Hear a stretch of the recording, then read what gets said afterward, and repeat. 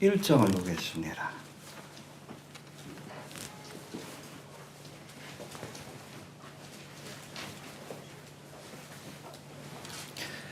8절부터 20절까지입니다. 교독합니다. 주 하나님이 가라사대 나는 알파와 오메가라. 이제도 있고 전에도 있었고 장차 올 자요 전능한 자라 하시더라.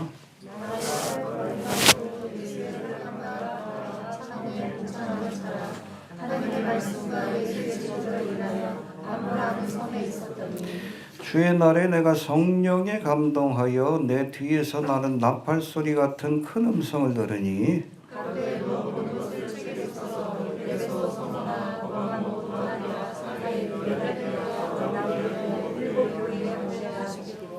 몸을 돌이켜 나더러 말하는 음성을 알아보려고 하여 돌이킬 때에 7 금촛대를 보았는데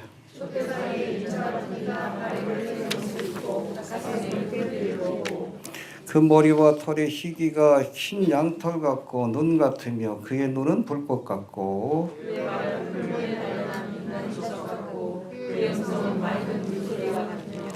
그 오른손에 7별이 있고 그 입에서 좌우에 날선검이 나오고 그 얼굴은 해가 힘있게 비치는 것 같더라. 내가 볼 때 그가 앞에 엎드려서 죽은 자가 같으니 그가 오른손을 내밀고 가라사대 두려워 말라 나는 처음이요 나중이니 곧 산 자라 내가 전에 죽었었노라 볼지어다 이제 세세토록 살아있어 사망과 음부의 열쇠를 가졌노니 그러므로 내 본 것과 이제 있는 일과 장차 될 일을 기록하라. 20절 같이 봉독합니다. 내 본 것은 내 오른손에 7별의 비밀과 7 별은 7 교회의 사자요 7 촛대는 7 교회이라. 아멘. 해봅시다. 아멘. 아멘. 주 예수여 오시옵소서. 예수님의 초림 사건, 우리가 성탄절이라고 하죠. 이건 앞으로 우리가 맞이하게 될 재림의 사건을 예표하는 사건이다. 그렇게 이해하시면 될 것 같습니다. 이 성탄절로 알려진 크리스마스 많이 들어보셨죠? 크리스마스의 크리스는 크리스토스, 헬라에서 비롯됐습니다. 마스는 라틴어, 미사라는 뜻인데 크리스마스란 말 자체가 그리스도의 미사다라는 뜻을 갖고 있습니다. 기독교가 로마에 전파하는 과정에서 사실은 이 성탄절, 크리스마스가 로마의 국교가 되면서 또 로마의 공식적인 종교가 되면서 당시 전체 로마의 기독교인들의 인구가 한 5%밖에 안 됐어요. 이제 이게 국교로 바뀌고 또 공인이 되면서 그 당시 로마인들이 믿고 있던 토속 종교하고 결합이 됩니다. 결합이 돼요. 그 모습이 지금 우리가 보고 있는 카톨릭의 모습이라고도 볼 수 있는데 아무튼 그 과정에서 이 기독교가 로마에 전파하고 공인되는 과정에서 로마인들이 믿고 있는 동지, 팥죽 드셨어요? 네. 아무튼 우리나라도 이 동지를 명절로 지키죠. 이 동지에 대한 신앙은 뭐에 대한 신앙입니까? 태양에 대한 신앙이에요. 태양에 대한. 그래서 여러분 태양신을 섬기는 사람들은 우리나라도 뭐 그런 성이 전 세계적으로 그렇습니다. 이 태양이 뭘 상징합니까? 광명의 천사인 루시퍼를 상징해요. 루시퍼를 상징하는데 이 동지가 굉장히 중요한 절기예요. 왜 중요한 절기입니까? 아니지. 여러분 하지로부터 이 태양의 기운이 약해지다가 동지를 계기로 해서 태양의 기운이 다시금 힘을 얻는. 그래서 동지가 굉장히 중요한 절기입니다. 그리고 또 하지도 중요한 절기예요. 하지는 왜 중요한 절기예요? 1년에 태양의 힘이 가장 강할 때이기 때문에. 그래서 여러분 오컬트를 믿는 태양신을 믿는 또 루시퍼 숭배자들이 이 동지와 하지를 중심으로 해서 인신제사를 드리는 풍습들이 있어요. 미국에서도 보면 뭐 유럽도 그렇지만 이 동지와 하지를 전후로 해서 어린아이들과 여자들의 실종 사건이 아주 급증합니다. 어디로 갔는지도 몰라.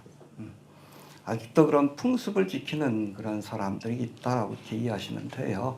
성경에도 우리가 몰렉신이라고 해가지고 인신제사를 받는 가나안의 신이 있었죠.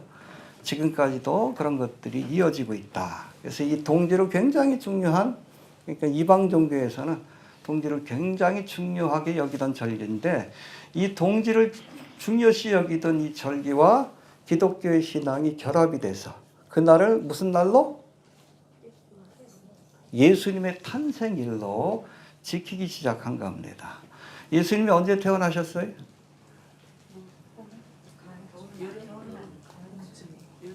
몰라요. 모릅니다. 안다 그러면 그거 잘못된 거예요. 정확히 모릅니다. 근데 여러분, 예수님이 태어났을 때 목동들이 들판에 있었지?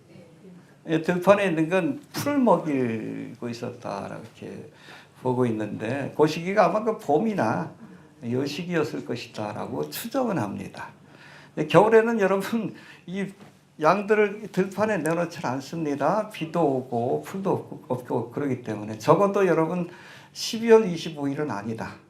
그렇게 생각하시면 됩니다. 근데 우리가 12월 25일을 이 성탄절로 지키기 시작한 것은 로마의 이방 종교, 특별히 이 동지를 그렇게 중요한 절기로 지키던 그들의 풍습이 교회에 들어온 것이다. 그렇게 이해하시면 됩니다. 알겠습니까? 네, 정확하게는 12월 21일이지만 아무튼 이 전후로 해서 12월 25일 동지를 지키던 그런 풍습이 교회에 들어와서 성탄절로 바뀌었다. 예수님은 12월 25일 날 태어나신 게 아닙니다. 알겠습니까? 근데 제가 러시아 갔더니 러시아에는 크리스마스가 다른 날이요. 우리가 그레고리력으로 계산해가지고 12월 25일인데 얘는 율리우스력이라고 동방정교회가 지키는 달력이 달라요. 그래서 성탄절이 언제입니까? 모르시겠죠. 1월 7일로 지켰네. 1월 달이에요. 1월 달. 아무튼 그 기준은 바로 동지가 기준이 됐고 그 근원은 바로 이방 종교에서 비롯된 것이다. 그렇게 이해하시면 됩니다. 자, 그리고 우리가 잘 알고 있는 크리스마스 트리. 이거 언제부터 시작이 됐습니까? 19세기에 시작이 됐어요. 한참 이방 종교들이 이렇게 득세하던, 그리고 우리가 잘 알고 있는 이단들, 여호와 증인, 몰몬교, 안식교 같은 이단들이 바로 하기 시작한 이 19세기 때 크리스마스 트리도, 캐롤도, 산타크로스도 그때부터 시작이 된 겁니다. 근데 그건 성경적인 것이 아니라 이교적 풍습에서 온 겁니다. 그래서 특별히 19세기 독일 신비주의 연극인 낙원의 나무, 선악과가 생각나죠? 크리스마스 트리에 여러분 기호는 뭐라고요? 신비주의자들이 섬기는 세피롯, 낙원의 나무, 선악과라고 보시면 됩니다. 알겠습니까? 굉장히 적그리스도적인 내용이라고 이렇게 이해할 수 있어요. 이 낙원의 나무에서 유래한 것인데 이것이 1841년 영국으로 넘어가고 또 영국 이후로 영국의 청교도들이 어디로? 미국으로 가면서 퍼져나간 것이다. 그렇게 이해하시면 됩니다. 12월 25일이라는 날짜와 함께 크리스마스 트리도 성경에 근거를 둔 것이 아니라 이교적 풍습에서 기원한 것이라는 사실을 알아야 합니다.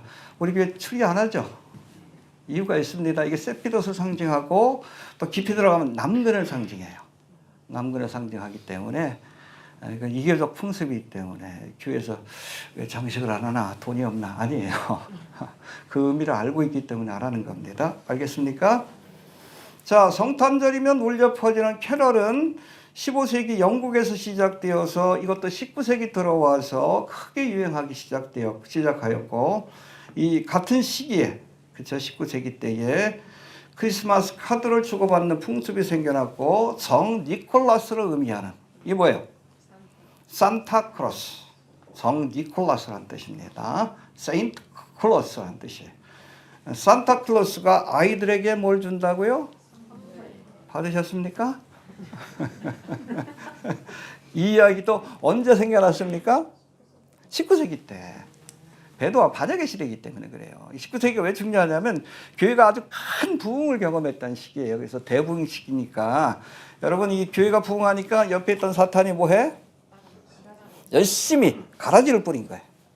이단들을 뿌려놓고 또 교회 여러 가지 이교적 풍습들을 들여왔는데 그 대표적인 것이 바로 크리스마스다. 그렇게 이해하시면 됩니다. 사실 기독교 초기에는 그 날짜를 알 수 없었던 예수님의 탄생일을 지정하여 기념하는 일을 하지 않았습니다. 적어도 2세기까지는. 뒤늦게 2세기경부터 교회가 예수님의 탄생, 왜냐하면 이것도 복음이기 때문에 그래요. 우리가 복음 그러면 복음이 뭡니까? 기쁜 소식. 예수 그리스도에 관한 소식입니다.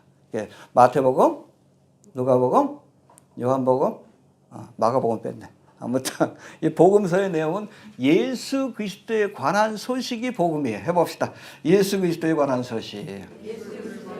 구체적으로는 예수님의 탄생과 공생애와 십자가의 죽음과 부활과 승천과 재림까지 예수님에 관한 소식이 바로 복음인데 이 탄생의 소식이 복음 안에 들어가 있는 거예요. 그래서 여러분 2세기 들어와서는 예수님의 탄생을 기념하는 그런 성탄절이 있었는데 이것이 4세기 들어서면서 기독교가 로마에서 공인되면서 그 당시 이방인들이 섬기고 있던 이 동지에 대한 신앙이 이 토속 종교와 이렇게 결합이 되어서 12월 25일 동지가 기준입니다. 이 날을 확정하고 그때부터 기념하기 시작했다. 기원에 대해서 우리가 알고 있어야 합니다. 이렇듯 전파되는 과정에서 이교적인 풍습과 결합된 성탄절을 기념하는 것이 맞는가 틀린가 아직도 논쟁 중이에요. 사실은 우리 블로그를 통해서 처음 이 문제를 제기했습니다. 한국교회. 지금도 논쟁해. 지켜야 된다 말아야 된다. 저 개인적으로는 지켜야 된다. 바빌론 종교란 이교적 그런 어찌 보면 좀 떡고물이 묻긴 했지만 그렇잖아요. 예수님의 초림 사건을 기념하는 것은 너무나 중요합니다. 또 예수님에 관한 복음을 전할 수 있는 너무나 중요한 시기이기 때문에 저는 지키는 게 맞다라고 이렇게 봅니다. 여러분 요한복음 1장 16절, 14절에 보면 복음에 관한 예수님의 성탄에 관한 그런 말씀이 나와요. 한번 찾아봅시다. 요한복음 1장 14절. 한마디로 요약하는데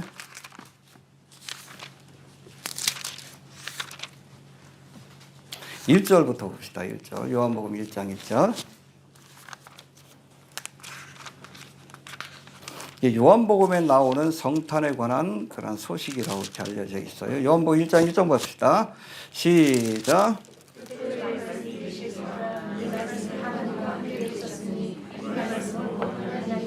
예, 대초의 말씀이 계시니라. 이 말씀이 누구예요? 예수님입니다. 그래서 우리가 예수를 믿는 건 뭘 믿는 거예요? 그냥 무조건 믿습니다 하면 안 돼요. 성경 말씀을 알고 믿어야 합니다. 믿습니다 하는 건 엉뚱한 거 믿는 거예요. 반드시. 여러분 하나님은 끝까지 책임지는 건 말씀밖에 없어요. 말씀을 믿어야 합니다.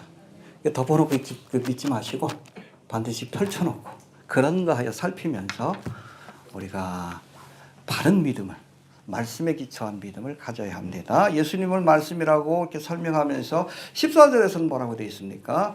시작.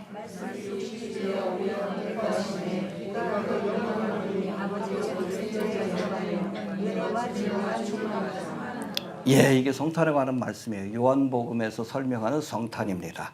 말씀이 뭐라고 했죠? 아니, 말씀이 뭐라고 됐어요? 1절에.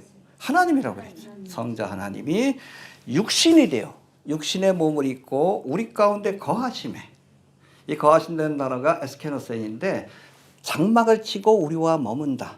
그렇죠? 이스라엘 백성들이 광야길을 걸을 때 하나님이 장막을 치고 우리와 함께 머무셨잖아요. 그걸 뭐라고 해요? 무슨 장막? 거룩한 장막. 그게 성막이에요. 성막에 처음부터 끝까지 다 예수님을 예표하고 있는 거예요. 그래서 아무튼 우리와 함께 거하심에, 육신을 입고 우리와 함께 거하심에 우리가 그 영광을 보니, 그분의 영광을 보니 아버지의 독생자의 영광이에요. 누굽니까? 예수님이다. 은혜와 진리가 충만하더라. 할렐루야. 그래서 우리와 거하시기 위해서, 함께 하시기 위해서, 또 깊이 들어가면 우리를 구원하시기 위해서 이 땅에서 찾아오신 사건이 바로 성육신의 사건이고 성탄의 사건입니다. 그래서 성탄절이 중요한 거예요. 복음의 시작이 예수님의 초림 사건으로부터 비롯되기 때문에 그렇습니다. 하나님이 세상을 독생자를 할렐루야. 네. 그리고 공생애를 마치시고 예수님께서 부활 승천하시면서 뭐라고 약속하십니까? 다시 오리라. 할렐루야. 네. 그래서 우리가 교회를 초대교회에서는 종말론적 공동체라고 얘기를 해요. 초림의 주님이 오셔서 십자가에서 대속의 사역을 완성하시고 올라가실 때 뭐라고 약속하셨어요? 다시 오리라. 그래서 처음 온 사건이 성탄이고 다시 오는 사건이 뭐예요? 재림의 사건이에요. 재림에 대한 믿음을 가져야 합니다. 사실 예수님 초림할 때 그 예수님의 초림 사건을 믿음으로 영접했던 사람이 별로 없어. 누가 있어요? 목자들, 또 동방박사 3사람, 또 누가 있어? 마리아, 요셉. 그렇죠? 별로 없어요. 나중에 뭐 할례 받을 때 안나, 시몬 이 선지자가 있었고 손가락으로 꼽습니다. 너무나 중요한 사건이지만 믿음으로 영접했던 사람이 손가락으로 꼽아야 10손가락이 안에 다 들어가 버려. 마지막 때에도 마찬가지예요. 이 재림의 사건. 이걸 하나님의 말씀을 통해서 재림이 있다는 사실을 알고 믿음으로 기다리는 사람들이 많지 않아요. 한국교회도 그래. 재림에 대해서 알고 있는 교회가 얼마나 돼?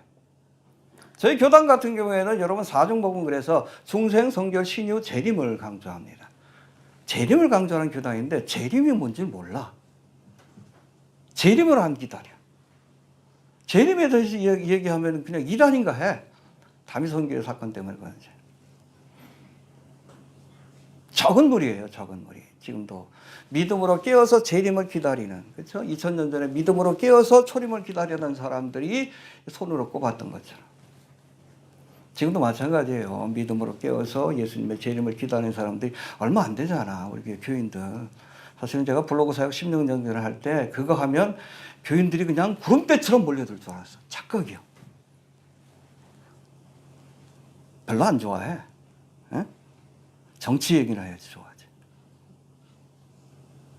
관심이 없어요. 예수님 당시에도 초림의 사건이 관심이 없었어, 사람들이. 지금도 마찬가지. 주의 오심이 임박한 여러 가지 징조들을 주님께서 보여주시는데도 관심이 없어. 근데 여러분 그거 아셔야 돼요. 초림의 주님은 죄인들을 구원하시기 위해서 오셨습니다. 그러나 재림의 주님은 죄인들을 오늘 읽은 본문 보니까 얼마나 무서워. 어휴, 그렇잖아. 입에서 검이 나가고, 응? 무시무시하죠. 못으로 된 발. 이걸로 그냥 밟아버리시는데. 그러니까 보여주고 나서 예수님 뭐라고 해요? 야, 두려워 마라. 어떻게 두려워하지 않아요? 무섭잖아. 여러분, 사도 요한은 예수님이 그 성찬식 할 때 그 품에 안겨가지고 밥을 먹던 사람이요. 사랑하는 제자라고. 얼마나 예수님을 절절 쫓아다니면서 다정하게 또 예수님 사랑했던 제자인데. 근데 재림의 주님을 모습을 보고 두려워 떨었어요. 무서운 거예요. 깨어서 믿음으로 준비하지 않으면 여러분 재림의 사건은 두려운 사건이 될 거예요. 그러나 믿음으로 깨어있는 자들에게 재림의 사건은 마라나타. 할렐루야. 네. 너무나 기쁜 날입니다. 우리가 이 재림의 주님을 어떠한 믿음으로 맞이해야 될지 우리 본문을 통해 재림하시는 예수님의 모습을 우리가 다시 한번 확인하면서 어떠한 믿음으로 맞이해야 될지 우리가 다시 한번 좀 돌아보는 시간을 좀 갖도록 하겠습니다. 알겠습니까? 해봅시다. 재림의 주님을 믿음으로 맞이하자. 예, 어떤 모습인지 우리 8절부터 쭉 나오는데 우리 8절 먼저 봅시다. 8절 시작.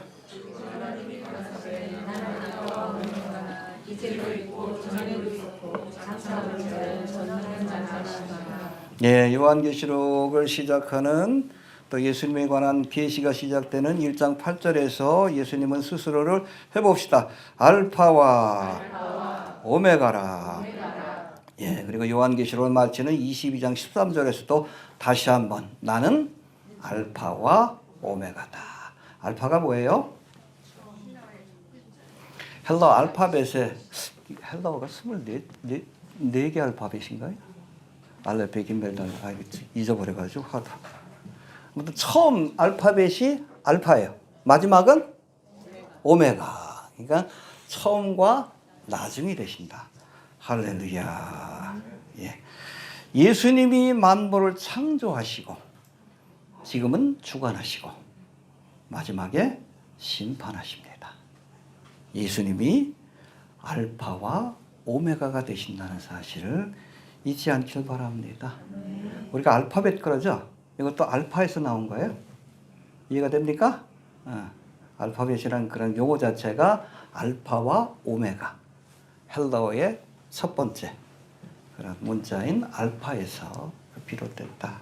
아무튼 예수님은 알파와 오메가가 되신다. 해봅시다. 알파와 오메가가 되신다.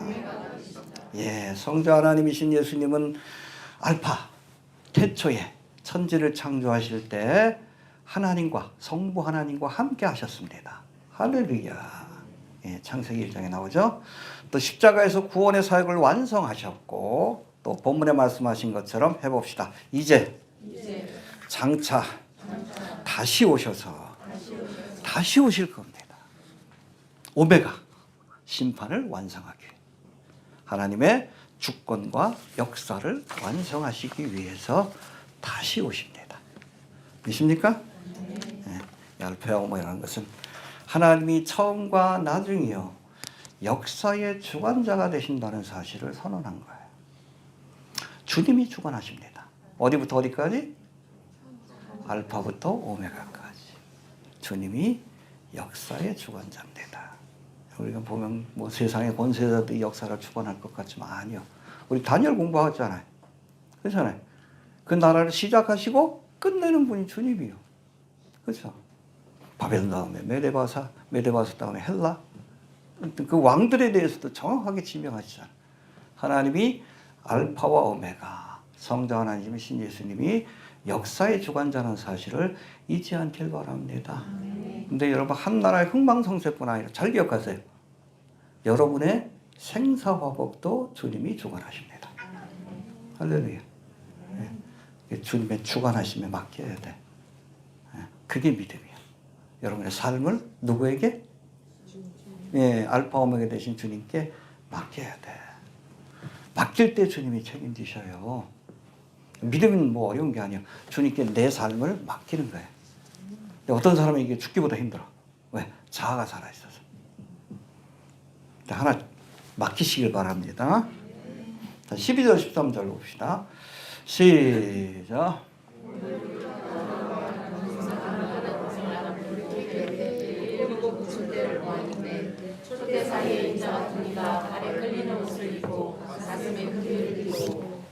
네, 일곱 금 촛대.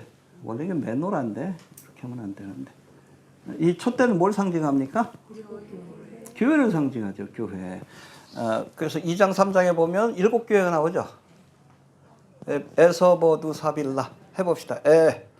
서 버 투 사 빌 라. 그래서 여러분 에베소 서문학교회는 초대교회, 나머지 뭐 3교회 정도는 중세교회, 그리고 마지막 빌라델비아와 라오디게아 교회는 종말의 때에 등장할 교회 모습을 보여주고 있다. 그렇게 이해하시면 돼요. 근데 여러분 이 교회들 가운데 칭찬만 받은 교회, 그 중에 대표적인 것이 바로 빌라델비아 교회입니다. 그리고 책망만 받은 교회가 있어. 그리고 아무튼 사빌라, 라오디게아 교회. 근데 여러분 이 빌라델비아와 라오디게아 교회가 종말의 때에 등장할 교회예요. 극으로 나눠집니다. 칭찬만 받는 교회가 있는가 하면 책망만 듣는 교회도 생겨난다는 거예요. 또 우리 주는 교회는 빌라델비아 교회가 되시길 바랍니다. 빌라델비아 교회 성도가 좀 돼야 돼. 너희가 인내의 말씀을 지켰으니 시험의 때를 면케하리라. 이게 빌라델비아 교회 성도들에게 주신 약속에 7년 대환란을 면하는 축복을 주신다라고 약속하고 계십니다. 할렐루야. 근데 여기 보니까 이 촛대 사이에 인자 같으니가 누구죠? 사람 같은데, 우리 다니엘서에도 나오죠. 인자 같으니. 예수님에 대한 또 다른 명칭입니다. 근데 여기를 왔다 갔다 하셔. 흰 옷을 입고, 긴 옷을 입고. 근데 여러분, 구약 성경에 보면 구약 시절에 제사장들이 성전에서 바로 이 옷을 입고, 발에 끌리는 옷을 입고, 등대 사이를 왔다 갔다 합니다. 왜? 불이 꺼지지 않도록. 거기다 기름도 부어주고. 그죠? 심지가 이렇게 내려가 있으면 심지도 올려주고. 그런 일을 제사장이 해요. 그래서 예수님을 제사장으로 묘사한 거예요. 7교회. 이 교회들마다 성령의 기름이 꺼지지 않도록 돌봐주시고, 때로는 여러분이 그름이 올라오면 이거 잘라주기도 하고 책망하시기도 하고, 그런 역할을 주님이 지금도 하고 계시다. 할렐루야. 그래서 여러분 2장 3장에 보면 에서보드 사빌라 이 교회들 칭찬이 필요한 교회는 칭찬을 주시고, 책망이 필요한 데는 이게 심지어 좀 잘라줘야지.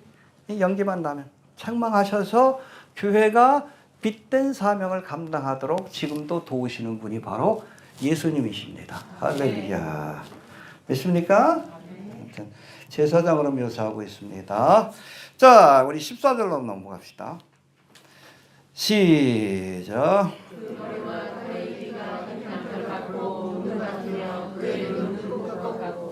예, 예수님은 백발이십니다.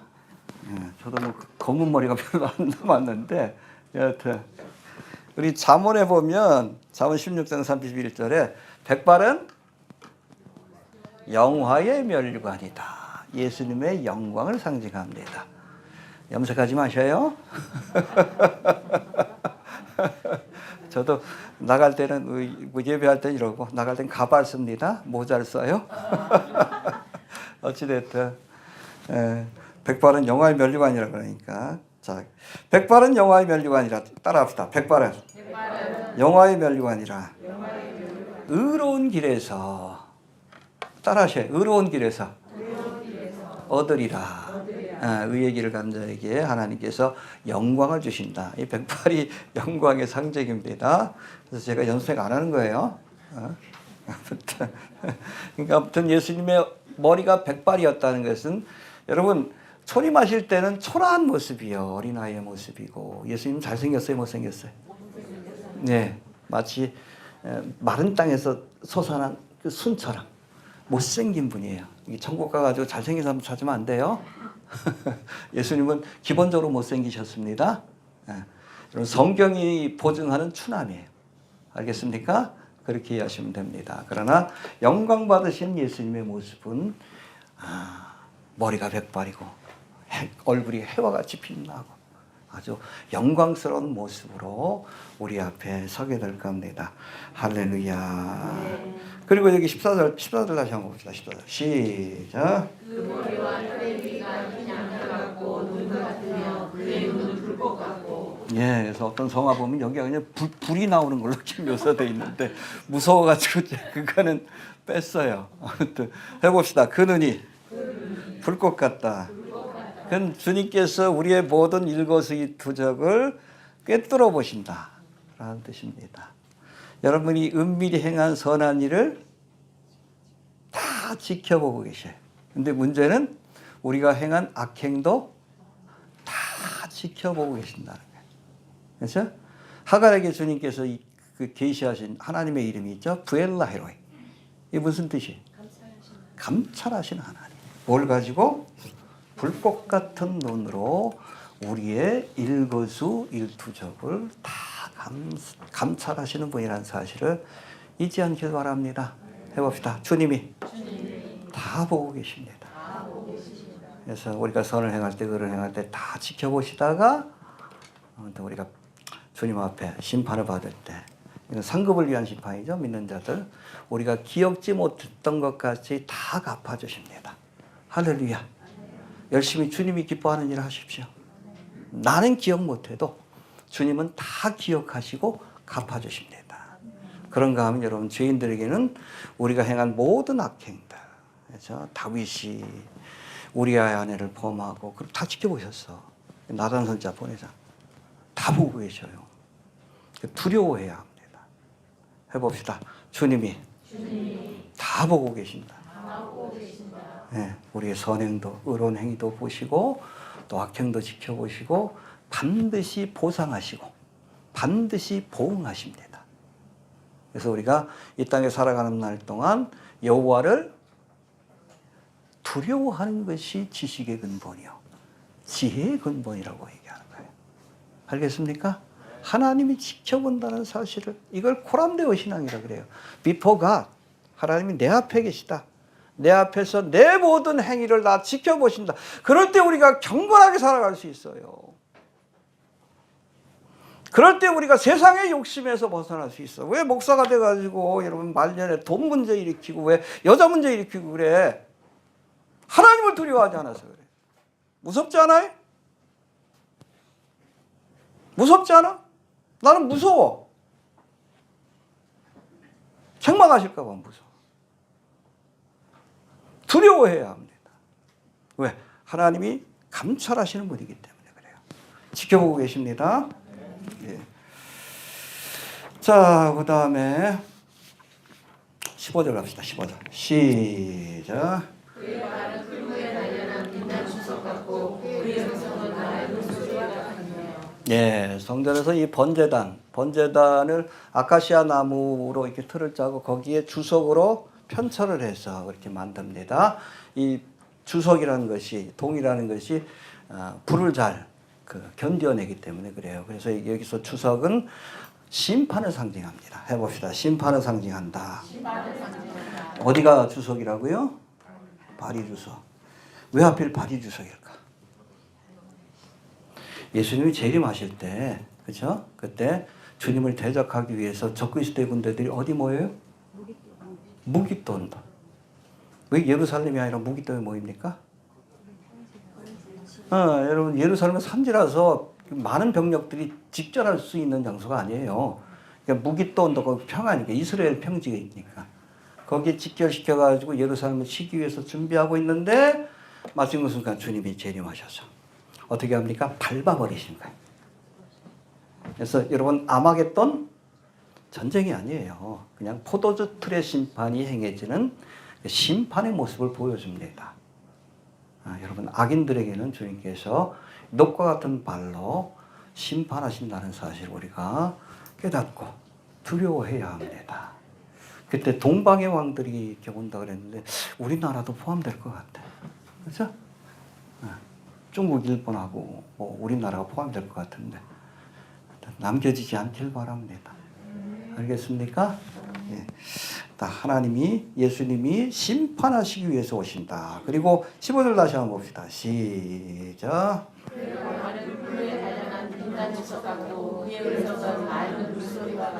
그게 맑은 물소리 아니에요.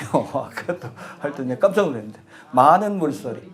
이게 홍수 때 여러분 보셨습니까? 물 흘러가는 거? 네. 무섭잖아요? 그거예요. 많은 물소리. 예전에 저는 좀 어디 여행을 가다가 팔당댐을 들른 적이 있어요. 근데 마침 물을 방류하더라고. 옆에 지켜보는데 무서워. 뛰어들고 싶어. 아무튼 무서워요. 그거예요. 네. 많은 물소리와 같다. 그 심판을 선포하시는 그런 모습. 여러분 숲속에서 고양이는 괜찮은데 호랑이가 오르릉하죠. 그러면 움직이지 못한다고 합니다. 그 저주파로 오르릉 할 때. 무서워서 온몸이 굳어버리는 거예요. 주님이 재림하실 때 그런 모습으로 세상에 심판을 선포할 겁니다. 많은 물소리처럼. 두려운 분입니다. 아기 예수가 아니에요. 이런 분이에요. 주석과 같은 발, 불꽃과 같은 눈, 그리고 많은 물소리가 왔다. 오르릉 하는 겁니다. 네 죄를 네가 알렸다 그러시는 거예요. 자, 16절 봅시다. 16절. 시작. 그 오른손에 7별이 있고 그 입에서 좌우의 달성 검이 나오고 그 얼굴은 하나님 위에 비치는 것 같더라. 네, 그 오른손에 뭘 잡고 있습니까? 일곱 별. 이 일곱 별은 뭘 상징하죠? 20절에 나와 있는 20절 보고 갑시다. 20절. 시작. 내가 본 것은 내 오른손에 일곱 별의 비밀과 일곱 금초처라. 일곱 별은 일곱 교회의 사자요 일곱 초처는 일곱 교회이라. 예, 에서버둘 사빌라. 일곱 교회를 책임진 사자. 메신저라고 영어 성경에 되어 있는데 이건 교회를 책임진 목회자입니다. 목회자를 주님께서 오른손으로 붙들고 계시는 거예요. 이게 세 가지 의미가 있어요. 첫 번째, 주님께서 붙들고 힘을 주신다는 겁니다. 할렐루야. 예, 주님의 능력을 받아야 돼. 예, 하나님의 교회를 책임지는 사람들. 그리고 이 일곱 별을 붙들고 계신다는 것은 두 번째, 주님이 쓰시는 도구에 불과하다는 의미입니다. 알겠습니까? 네. 여러분, 목회자 같은 경우에는 하나님이 사용하시는 도구라는 사실을 잊어버리면 안 돼. 그래서 항상 누구를 위해서 일해야 합니까? 주님을 위해서. 알겠습니까? 네. 그래야 돼. 교회를 내 교회라고 착각하면 안 돼. 부활의 주님이 여러분 베드로에게 나타나서 네가 나를 사랑하느냐 3번 부르면서 사랑한다 그러니까 뭐라고 하셨어요? 그렇죠. 예수님의 양이에요. 여러분들은 제 양이 아니에요. 저는 예수님께로부터 여러분들을 돌보도록 책임을 맡은 목자에 불과한 겁니다. 도구에 불과하다는 거예요. 교회로 마치 내 것인 것처럼 나의 소유인 것처럼 한국에 그런 현상들이 있잖아요. 그렇잖아요. 그러니까 자꾸 자식한테 물려주지. 사업체를 물려주듯이. 이게 뭐예요? 기본적인 마인드가 이건 내가 개척했으니까 내 거야. 예수님의 교회라는 생각을 못하는 거야. 예수님의 책망이 있는 거지. 하나님 쓰시는 도구에 불과하다는 사실을 우리 좀 기억할 수 있게 되기를 바랍니다. 알겠습니까? 예. 자, 그리고 그 입에서 좌우에 날성검이 나온다. 우리 16절 다시 한번 봅시다. 시작.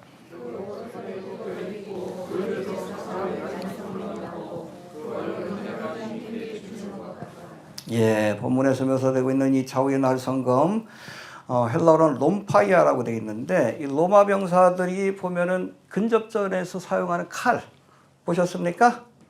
양이검이라고 하는데 여기에 되어 있어요. 이렇게 되어 있습니다. 우리나라 칼은 이렇게 환도라고 해서 이렇게 되어 있잖아요. 한쪽만 날이 서 있는데 양이검, 양쪽에 날이 서 있는 이게 찌르는데 보통 사용하는 거예요. 근데 이 모습을 보면 혓바닥하고 비슷해. 혓바닥하고 이렇게. 그래서 그 입에서 검이 나온다는 것은 이 말씀으로 세상을 심판할 것이다 라는 사실을 보여주는 모습입니다. 알겠습니까? 좌우의 날성검과 같이 말씀으로 세상을 심판하시는데 잘 들으세요. 심판의 기준이 말씀입니다. 세상에서 죄가 안 된다 할지라도. 그렇죠? 여러분 세상 사람들한테 동성애가 죄라 그래봐. 웃지? 오히려 동성애가 죄라고 하면 또 죄라 그래. 세상 이상하게 돌아가죠. 성경에서는 분명히 죄라고 말씀합니다. 심판의 기준이 하나님의 말씀이에요. 세상 그 재판정에서는 우리가 무죄를 받을지라도 하나님은 죄라고 하십니다. 기준이 하나님의 말씀이에요. 또 심판의 도구도 하나님의 말씀입니다. 너 죽어라 그러면 죽는 거야. 너 지옥 가라 그러면 가는 겁니다. 잊지 않길 바랍니다. 심판의 기준은 어디라고요? 하나님의 말씀이에요. 하나님의 말씀. 자꾸 인간적인 생각과 철학에, 법에 기초하면 안 돼. 하나님의 말씀이 여러분 법입니다. 기준이 된다는 거 기억할 수 있게 되기를 바랍니다. 그리고 그 얼굴은 해봅시다. 그 얼굴은 해가 힘있게 비치는 것 같더라. 머리털은 하얗고, 그렇죠? 얼굴은 해같이 빛나고. 이 또한 여러분 영광 받으신 예수님의 모습입니다. 할렐루야. 예, 17절 넘어갑시다. 시작.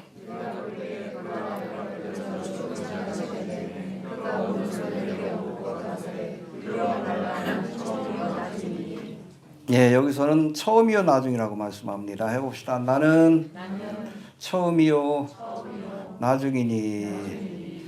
헬러 원문에 보면 에고에이미, I am이라는 뜻인데 내가 곧 길이요 진리요 생명이니 거기도 에고에이미로 시작합니다. 근데 에고에이미 호 프로토스, first라는 뜻이에요.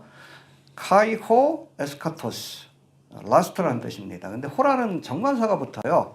더. 이건 특별한 의미를 가진 그런 의미를 갖고 있습니다. 이건 유일하다는 뜻을 갖고 있어요. 정관사 호가 붙는데 이 말씀은 8절에 등장하는 알파와 오메가라는 표현과 같은 것인데 여기에서는 특별히 정관사 호, 더를 더함으로 예수님만이 처음과 나중이다. 할렐루야. 여러분, 세상을 주관하는 분은 예수님 한 분밖에 없다. 내가 곧 길이요 진리요, the way, the truth, the life. 거기도 정관사 호가 붙습니다. 여기도 마찬가지. 예수님만이 the first and the last, 호 프로토스, 카이호 에스카토스라고 선언합니다. 예수님만이 역사의 주관자가 되십니다. 할렐루야. 사람들 두려워하지 마라. 이재명 두려워할 것도 없고, 푸틴을 두려워할 것도 없고, 주님이 역사의 주관자가 되십니다. God is in control. 그러니까 주님만 우리가 두려워해야 돼. 주님만 바라봐야 합니다. 알겠습니까?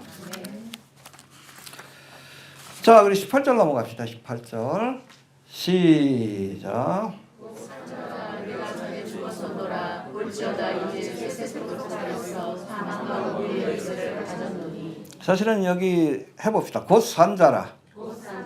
이게 사실 17절의 말씀하고 연결이 돼요. 내가 처음이요, 나중이요, 곧 산자라. 여기 한 개의 문장입니다. 나눠져 있긴 하지만 I am the first and the last and the living one. 이 같은 문장입니다. 같은 문장 안에 포함이 되는데 곧 산자라 내가 전에 죽었었노라. 이 말씀 여기서 산자라는 것은 헬러 카이호 존인데 여기도 똑같아요. 호라는 정관사가 들어갑니다.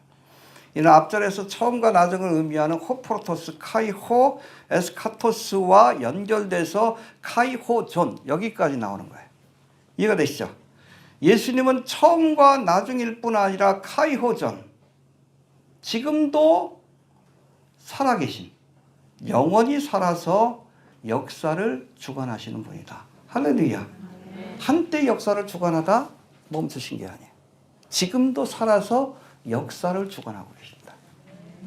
그래서 한 나라의 흥망성쇠를 주관하시고 개인적으로는 생사화복을 주관하시는 분이 지금도 살아서 생사화복을 주관하시는 분이 주님이라는 것을 우리가 기억할 수 있게 되길 바랍니다. 주님을 바라봐야 돼. 우리의 운명이 주님의 손 안에 있어요. 이해가 되시죠? 그런가 하면 여기 보니까 곧 산자라 내가 전에 죽었었노라. 이게 뭐예요? 우리를 구원하기 위해서 십자가에 죽으신 대속의 사역을 그렇게 보여주는 말씀입니다.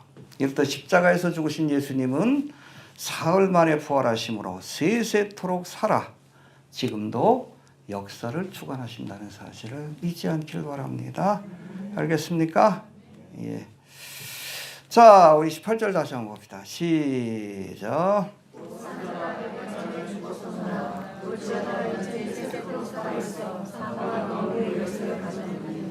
예, 살았다가 죽으셨기 때문에 죽음을 맛보셨기 때문에 그 결과로 세세토록 살아있어 사망과 음부의 열쇠를 갖고 있다. 그러니까 산 자를 주관하실 뿐 아니라 죽은 자를 주관하시는 권세도 누구에게 있다? 예수님께 있다는 것을 우리가 기억할 수 있게 되길 바랍니다. 이게 음부라는 단어가 나오는데 히브리어 수월을 번역한 건데 헬라어는 하드라고 되어 있습니다. 근데 이 수월이라는 단어는 구약 성경에서 육신의 죽음 상태와 무덤 혹은 죽은 영혼들이 가는 곳을 의미합니다. 넓은 의미의 하데스, 죽음의 세계를 의미합니다. 산자이신 예수님이 십자가에서 죽음을 맛보심으로 잘 들으세요. 산자들 뿐 아니라 죽은 자들의 운명을 결정하시는 음부의 권세를 갖게 되셨다는 것을 우리가 기억해야 합니다. 알겠습니까? 네. 우리를 죽이실 뿐 아니라 산자를 죽이실 뿐 아니라 죽인 뒤에 스올에 던질 권세, 지옥에 던질 권세를 예수님이 갖고 있다는 사실을 잊지 않길 바랍니다. 한 번 죽는 것은 그 후에는 그렇죠. 그때 음부의 열쇠를 가진 주님이 지옥 가라 그러면 가는 거예요.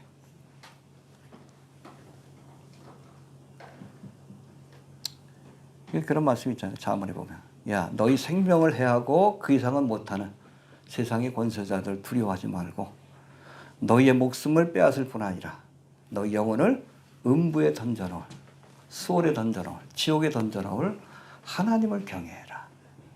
그렇겠습니까? 주님은 우리의 생사화복을 주관하는 산자를 주관하는 권세뿐 아니라 죽음 뒤에 우리를 지옥불에 던져놓을 수 있는 음부의 열쇠를 가지신 분임을 우리가 기억하면서 두려워할 수 있게 되기를 바랍니다. 예. 자, 그렇다면 우리 재림의 주님을 기다리는 성도들이 가져야 될 믿음의 모습에 대해서 17절부터 20절까지 다시 한번 더 살펴봅시다. 17절 다시 한번 봅시다. 시작.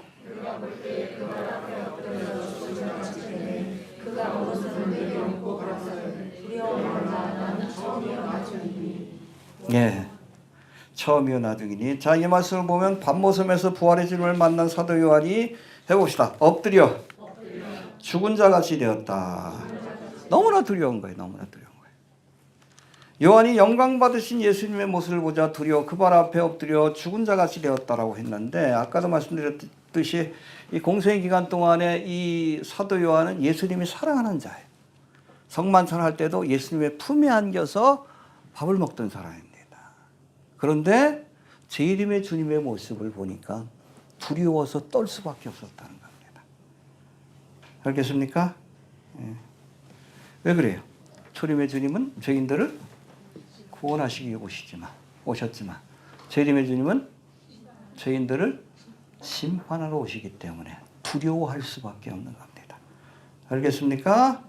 자, 이어지는 말씀을 보면 심판의 권세를 가지고 다시 오실 영광스러운 예수님의 모습에 두려워 떨던 요한을 예수님이 오른손으로 어루만지면서 뭐라고 하십니까? 두려워 말라. 그렇죠? 왜 그래요? 구속받은 하나님의 백성이기 때문에 그래요. 할렐루야. 세상 사람들은 두려워해야 합니다. 그러나 구속받은 하나님의 백성들은 두려워할 필요가 없어요. 왜? 종말의 날이 세상 사람들에겐 심판의 날이지만 그렇죠? 우리에게는 종말의 순간이 신랑 되신 예수님을 만나서 혼인잔치에 들어가는 천국에 들어가는 시간이기 때문에 두려움이 아니라 기쁨으로 그날을 맞이할 수 있는 겁니다. 할렐루야. 마라나타. 그렇죠?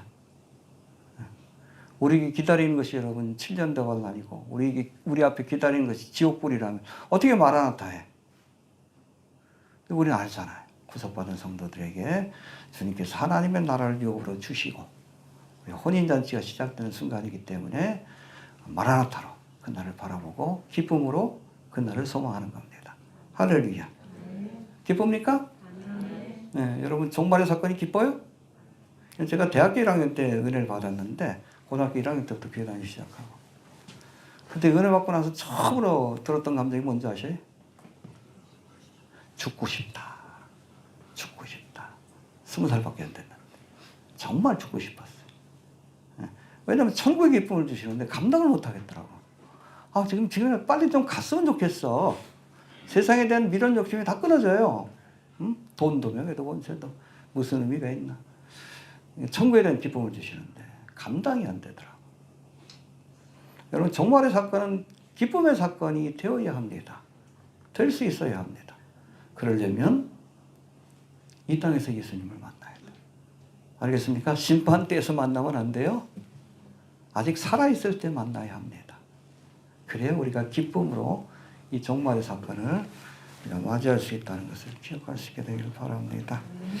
자, 마지막으로 우리 19절 20절 보고 마칩시다. 19절 20절 시작.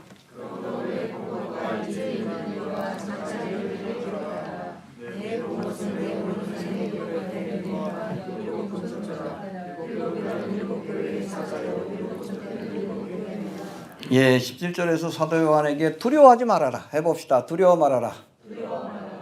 두려워하는 것이 아니라 어떤 마음을 가져야 돼? 기뻐해야 합니다. 할렐루야. 우리에게 종말의 사건은 기쁜 날이기 때문에. 이 성탄의 사건이 여러분 헤롯 대왕에겐 배드 뉴스예요. 자기가 왕인데 유대인의 왕이 왔다 그러니까 다 죽여버리려고 그랬던 거예요. 우리에게는 기쁜 소식이지. 구속받은 백성들에게. 마찬가지예요. 제레미야 사건도. 세상 사람들에겐 배드 뉴스예요. 하나님의 심판이 시작되는 순간이니까. 그러나 우리에겐 기쁜 순간입니다. 기쁨으로 맞이할 수 있게 되기를 바랍니다. 초림의 사건을 기쁨으로 맞이했던 마리아와 요셉과 동방 박사들처럼 우리도 재림의 사건을 기쁨으로 맞이할 수 있는 성도들이 좀 될 수 있길 바랍니다. 예. 그리고 우리가 기뻐해야 될 일, 그 다음에 기쁨으로 맞이하고 19절에 보니까 내 본 것과 본 게 뭐예요? 이 요한계시록 1장이에요. 예수님의 모습입니다. 부활의 주님의 모습. 요거 기록해라. 그리고 이제 있는 일과 이게 2장 3장에 교회 시대. 그렇죠? 현재입니다. 교회 시대. 지금까지 진행되고 있죠. 몇 년 동안? 2000년 동안 진행되고 있죠. 이제 있는 일과 장차 될 일. 종말의 사건. 이건 4장부터 22장부터 펼쳐질 7년대 환란과 그 후에 펼쳐질 천년왕국과 백보자 심판. 그리고 새하늘과 새 땅과 새 예루살렘의 모습까지 기록되어 있는 거예요. 네. 해봅시다. 본 것과 요한계시록 1장 이제 있는 일과 2장 3장입니다. 그 다음에 장차될 일 4장부터 22장까지의 그런 보여주신 이상을 어떻게 하라고요? 왜 기록하라고? 뭐 하려고? 기록해서 알려주라는 거예요. 여러분 이 기쁜 소식 예수님의 초림과 재림에 관한 소식을 기록해서 알려주라는 겁니다. 우리가 해야 될 마지막 사명이 기록하여 알려주는 겁니다. 이 기쁜 소식을 할렐루야. 예수님의 초림과 재림이라고 하는 이 기쁜 소식, 이 굿뉴스, 요한계시록, 이 기쁜 소식을 우리가 기록해서 왜 기록합니까? 알려주기 위해서 널리 알리시길 바랍니다. 예수님이 우리를 구원하시기 위해서 이 땅에 오셨습니다. 십자가를 지고 대속의 사역을 완성하시고 다시 오셔서 이 땅에 택한 백성들을 하나님의 나라로 데려가실 겁니다. 할렐루야. 이 기쁜 소식을 열심히 기록하여서 알려주시는 여러분들이 좀 되시길 바랍니다. 정리합니다. 초림의 주님이 세상을 구원하시기 위해 낮고 천한 몸으로 오셨다면 재림의 주님은 세상을 심판하시기 위해 하늘의 영광과 권세를 가지고 다시 오실 것입니다. 이런 주님을 구원의 주로 맞이하는 자들에겐 복이 있지만 심판의 주로 맞이하는 자들에겐 화가 있을 것입니다.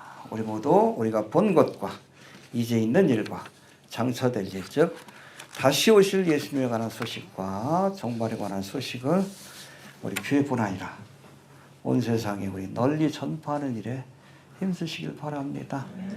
믿음으로 재림의 사건을 맞이합시다. 알겠습니까? 그냥 준비 없이 맞이하지 말고 두려움으로 맞이하지 마시고 얼마 안 남았어요. 분명히 말씀드립니다. 1월달이면 좀 이란하고 또 이스라엘 한 번 더 붙을 것 같은데 그러고 나면 평안하다 안전하다 할 시기가 올 거예요. 중동에도 아브라함 협정 맺어지고 아마 트럼프가 내년쯤이면 김정은이 또 만나고 그런 그림들이 그려질 거예요. 그 우크라이나 전도 이제 끝나게 되는 전 세계가 잠시지만 평안하다 안전하다 할 때. 그때 멸망의 날이 호련히 찾아오게 될 겁니다. 깨어있길 바랍니다. 그 얼마 전에 제가 글을 썼는데 로버트가 그 만든 사람 그 가슴 팍 치는데 깜짝 놀랐어. 그런 것들이 쫓아온다고 생각해요. 7년 동안. 여러분 죽이기 위해서. 버틸 수 있겠어요? 짐승의 표 안 받으면 다 와가지고 그냥 칼로 푹 찌르고 발길질해서 사람 죽인다고 생각해봐. 눈앞에 펼쳐집니다. 7년 대환란이. 그 전에 시험의 때를 면하는 축복을 받아야지. 알겠습니까? 네. 준비된 믿음의 모습으로 주님 앞에 설 수 있게 되길 바랍니다. 해봅시다. 재림의 주님을 기쁨으로 맞이하자. 두려움이 아니라 기쁨으로 맞이할 수 있는 우리 초림의 주님을 기쁨으로 맞이했던 몇몇 믿음의 사람들처럼 우리도 믿음을 가지고 재림의 주님을 기쁨으로 맞이할 수 있게 되길 바랍니다. 주신 말씀 붙들고 잠깐 기도합니다. 하나님 은혜를 감사합니다. 주여 허물과 죄로 인해서 죽을 수밖에 없는 인생들을 구원하시기 위해